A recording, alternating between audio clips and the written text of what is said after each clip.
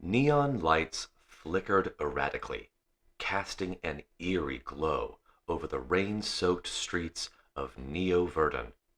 The city's towering skyscrapers loomed like silent sentinels, their holographic advertisements dancing in the misty air, taunting the denizens below. Jackson moved through the labyrinthine alleys with practiced ease, his boots splashing in the oily puddles that littered the ground. Each step echoed with him the weight of his past failures, yet tonight a rare flicker of hope ignited within him. "Jax, you there?" crackled a voice in his earpiece. "Yeah, Mira. I'm closing in on the coordinates you set. Any updates?" Jackson replied, his voice a low growl. "Nothing new. Intel says Dr. Alara Miles is being held in the old biotech facility on 12th and Mercer. Watcher 6. The Black Vipers are patrolling heavy tonight," Mira warned, her voice tinged with concern. Jackson gritted his teeth. The Black Vipers were ruthless mercenaries, just like him, but without the semblance of a moral compass. "Got it. I'll handle them." As he navigated the shadowy alleys, memories of past missions flooded his mind. Faces of those he couldn't save haunted him, their silent pleas echoing in the recesses of his conscience. Fear gnawed at him, but he pushed it aside, focusing instead on the mission at hand. Anger surged within him as he thought of the corporate overlords who exploited the city's underbelly, turning lives into mere commodities. He reached the edge of the alley and peered around the corner. Two Black Vipers stood guard, their sleek armor glinting under the neon lights. Jackson's heart pounded in his chest, but he steadied his breath. He had to be precise. "Distract them," he whispered to Mira. A moment later, a loud crash echoed from the opposite end of the street. The guards turned, their weapons raised. Jackson seized the opportunity, darting forward with silent precision. He took down the first guard with a swift strike to the neck, the second one following suit with a well-placed kick. They crumbled to the ground, unconscious. "Good work, Jax. You're almost there," Mira's voice encouraged him. Jackson nodded, even though she couldn't see him. The old biotech facility loomed ahead, its windows dark and foreboding. He slipped inside, the air thick with the scent of decay and neglect. His footsteps echoed in the empty corridors, each step bringing him closer to Dr. Miles. He found her in a dimly lit room, shackled to a chair. Her eyes widened in surprise as he entered, but she quickly masked it with a look of cautious hope. "Who are you?" she asked, her voice trembling. "Name's Jackson. I'm here to get you out," he replied, moving to unshackle her. "Thank you," she whispered, relief washing over her face. "I was beginning to lose hope." "Don't thank me yet. We're not out of the woods," Jackson said, his tone grim.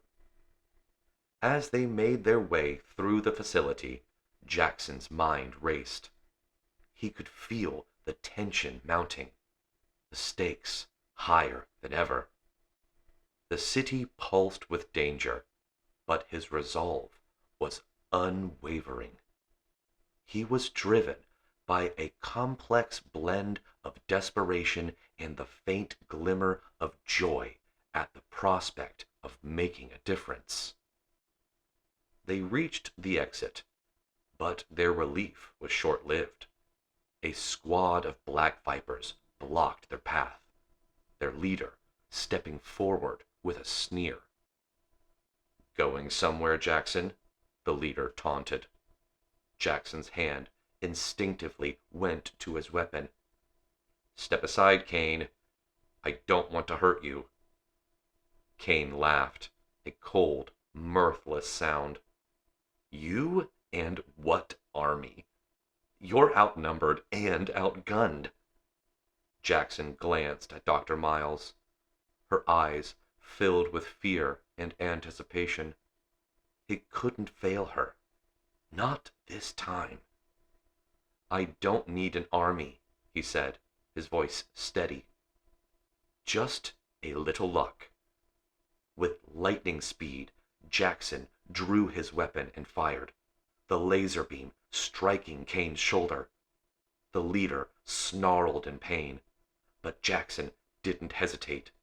He charged forward, taking down the Vipers with a fury of precise strikes. The fight was brutal, each blow fueled by his anger and desperation. Finally, the last Viper fell, and Jackson turned to Dr. Miles. "We need to move now." They sprinted through the rain-soaked streets, the sounds of pursuit echoing behind them. Jackson's heart pounded, but he pushed forward, driven by the hope of redemption. They reached the safe house, bursting through the door and collapsing inside. "We're safe for now," Jackson said, catching his breath. Dr. Miles looked at him, her eyes filled with gratitude. "Thank you, Jackson. You saved my life."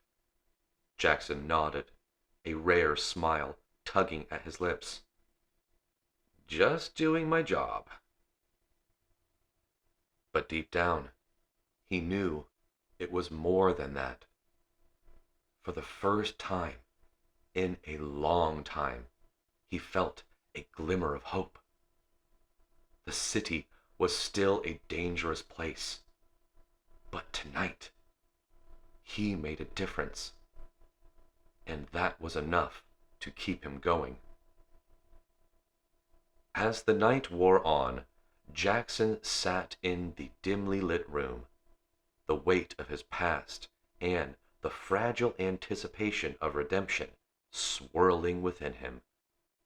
The city outside pulsed with its relentless chaos, but for now, he was safe.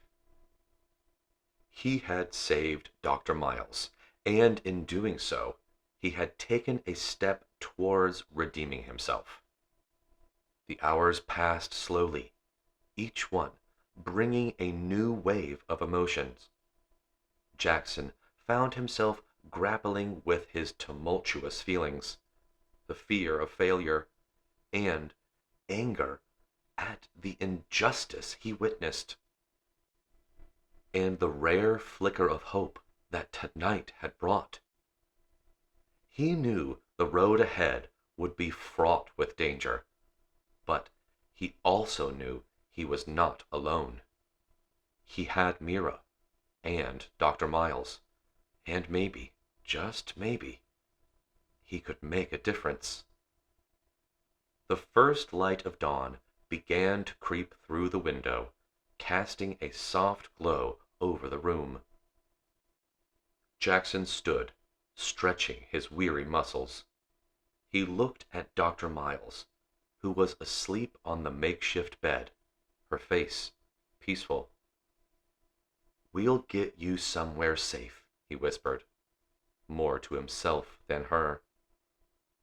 Mira's voice crackled in his earpiece again. "Jax, we need to move. The Black Vipers are regrouping. They'll be coming for you." "Understood," Jackson replied, his voice steady. "Let's get out of here." As they prepared to leave, Jackson felt a sense of resolve. The city was a dangerous place, but he was ready to face it. He had a new purpose, a new reason to fight. And with that, he stepped out into the neon-lit streets, ready to face whatever came next. The city was alive with the sounds of early morning activity. Vendors were setting up their stalls, and the first commuters were making their way to work. Jackson kept his head down, blending into the crowd as he guided Dr. Miles through the bustling streets. "Where are we going?" she asked, her voice barely above a whisper. "To a friend," Jackson replied. "Someone who can keep you safe." They reached a nondescript building on the outskirts of the city. Jackson knocked on the door, a specific pattern that signaled his arrival. A moment later, the door opened, revealing a woman with short, spiky hair and a no-nonsense expression. "Jackson," she said, her voice a mix of surprise and relief. "It's been a while." "Lyra," Jackson replied, nodding. "This is Dr. Alara Miles. She needs protection." Lyra looked at Dr. Miles, her expression softening. "Come in. You'll be safe here." As they stepped inside, Jackson felt a sense of relief. Lyra was a former comrade, someone he trusted implicitly. She had left the mercenary life behind, choosing instead to help those in need. Her safe house was a sanctuary for those fleeing the dangers of Neo-Verdun. "Thank you, Lyra," Jackson said, his voice sincere. "Don't mention it," she replied, her eyes meeting his. "Just promise me you'll be careful." Jackson nodded. "I will." With Dr. Miles safely in Lyra's care, Jackson turned to leave. But before he could, Dr. Miles grabbed his arm.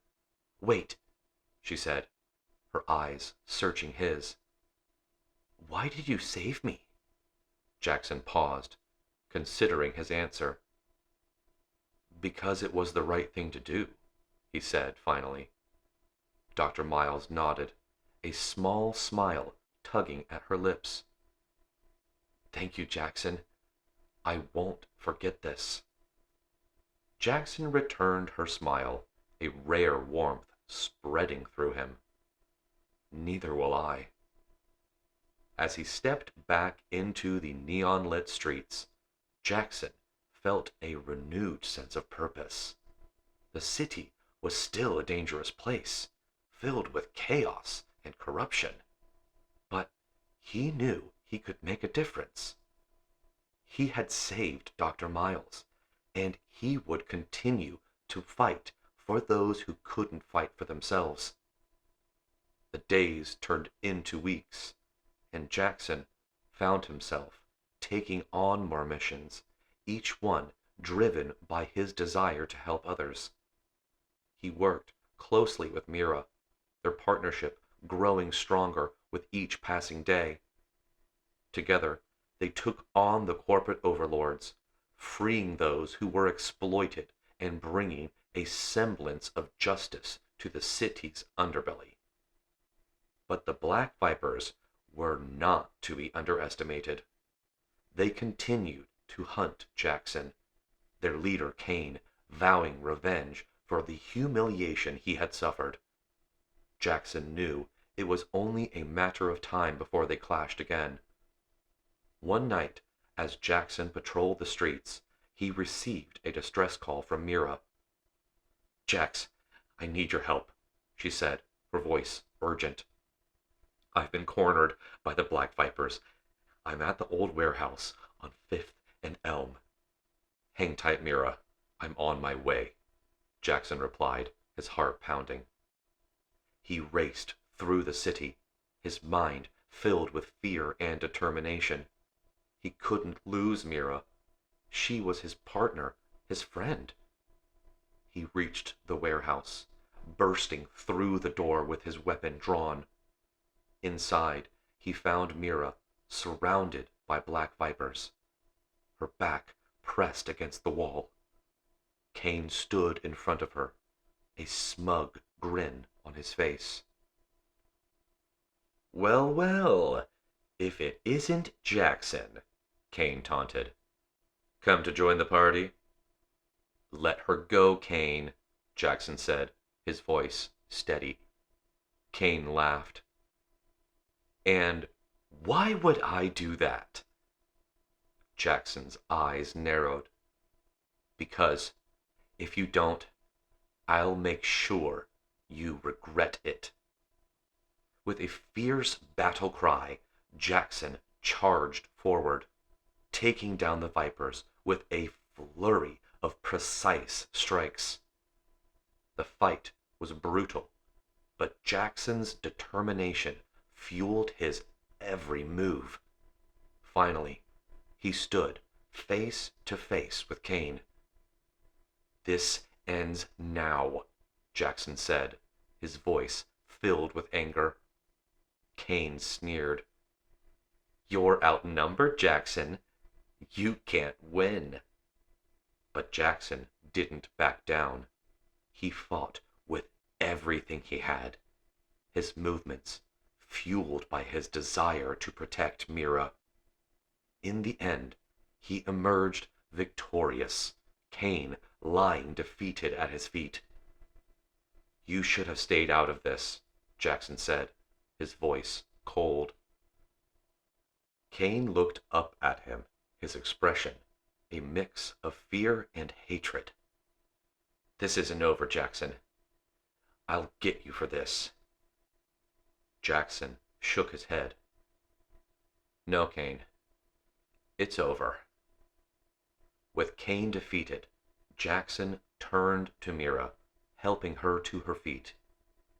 "You okay?" he asked, his voice filled with concern. "I'm fine," Mira replied, a small smile tugging at her lips. "Thanks to you." Jackson nodded, relief washing over him. "Let's get out of here." As they left the warehouse, Jackson felt a sense of triumph. He had faced his fears, confronted his enemies, and emerged victorious. The city was still a dangerous place, but he knew he could make a difference. And with that, Jackson and Mira continued their fight, determined to bring justice to the neon-lit streets of Neo Verdun. Together, they faced the chaos and corruption, their resolve unwavering. And, for the first time in a long time, Jackson felt a sense of hope. The city's pulse was relentless, but so was his spirit. He had found a new purpose, a new reason to fight. And with Mira by his side, he knew he could face whatever came next. As the months passed, Jackson and Mira became legends in the underbelly of Neo Verdun. They were known as the city's protectors, the ones who stood against the corporate overlords and fought for the oppressed. Their reputation grew, and with it, the number of people seeking their help. One evening, as they sat in their makeshift headquarters, a young girl burst through the door. Her clothes were tattered, and her face was streaked with dirt and tears. "Please, help me," she cried, her voice trembling. Jackson and Mira exchanged a glance, their expressions filled with concern. "What's wrong?" Mira asked, kneeling in front of the girl. They took my brother, the girl sobbed. The Black Vipers. They said if I didn't bring them money, they would hurt him. Jackson's anger flared. The Black Vipers were still causing trouble, even after their defeat. He knelt beside Mira, looking the girl in the eye. "We'll help you," he said, his voice steady. "We'll get your brother back." The girl nodded, a glimmer of hope in her eyes. "Thank you." Jackson and Mira set out immediately, tracking the Black Vipers to an abandoned factory on the outskirts of the city. They moved silently, their weapons at the ready. As they entered the factory, they heard the sound of muffled cries. "Over there," Mira whispered, pointing to a door at the end of the corridor. They approached cautiously, Jackson kicking the door open. Inside, they found the girl's brother, tied to a chair and surrounded by Black Vipers. "Let him go," Jackson shouted, his voice filled with anger. The Vipers turned, their expressions surprised. But Jackson didn't give them a chance to react.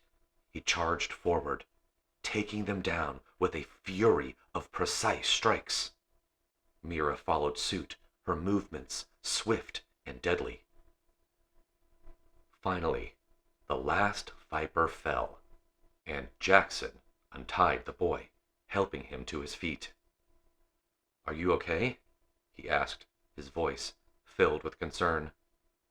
The boy nodded, tears streaming down his face. "Thank you." Jackson and Mira led the siblings out of the factory, the girl clinging to her brother's side. As they reached safety, Jackson felt a sense of satisfaction. They had saved another innocent life, and that was all that mattered. But the victory was short-lived. As they made their way back to headquarters, they were ambushed by a group of heavily armed mercenaries. Jackson and Mira fought valiantly, but they were outnumbered. "Fall back!" Jackson shouted, grabbing Mira's arm. They retreated, taking cover behind a nearby dumpster. Jackson's mind raced, trying to come up with a plan. "We need to get out of here," Mira said, her voice urgent. Jackson nodded, looking around for an escape route. "There," he said, pointing to a narrow alleyway. "We can lose them there." They sprinted towards the alley, the mercenaries hot on their heels. As they reached the end, Jackson turned to face their pursuers. "I'll hold them off," he said, his voice steady. "You get the kids to safety." Mira nodded, her expression filled with determination. "Be careful." Jackson watched as Mira and the siblings disappeared into the alley, then turned to face the mercenaries. He fought with everything he had, his movements fueled by his desire to protect his friends. Finally, the mercenaries retreated, and Jackson collapsed against the wall, catching his breath. He had bought Mira and the kids enough time to escape, and that was all that mattered. As he made his way back to headquarters, Jackson felt a sense of weariness. The city was a dangerous place, and the fight was far from over. But he also felt a sense of hope. He had made a difference, and he would continue to do so. When he arrived at headquarters, he found Mira waiting for him, her expression filled with concern. "You okay?" she asked, her voice soft. Jackson nodded, a small smile tugging at his lips. I'm fine, just a little tired. Mira smiled back, relief washing over her face. You did good, Jax. You saved those kids. Jackson shrugged. It's what we do. But deep down, he knew it was more than that. He had found a new purpose, a new reason to fight. And with Mira by his side, he knew he could face whatever came next. The city's pulse was relentless, but so was his spirit. He had faced his fears, confronted his enemies, and emerged victorious. And for the first time in a long time, Jackson felt a sense of hope. Together, Jackson and Mira continued their fight, determined to bring justice to the neon-lit streets of Neo Verdun. The road ahead was fraught with danger, but they were ready to face it. And with each mission, they grew stronger, their resolve unwavering. The city was their battlefield, and they were its protectors. And as long as they stood together, they knew they could make a difference. In the heart of Neo Verdun, hope flickered like a fragile flame, and Jackson was determined to keep it burning.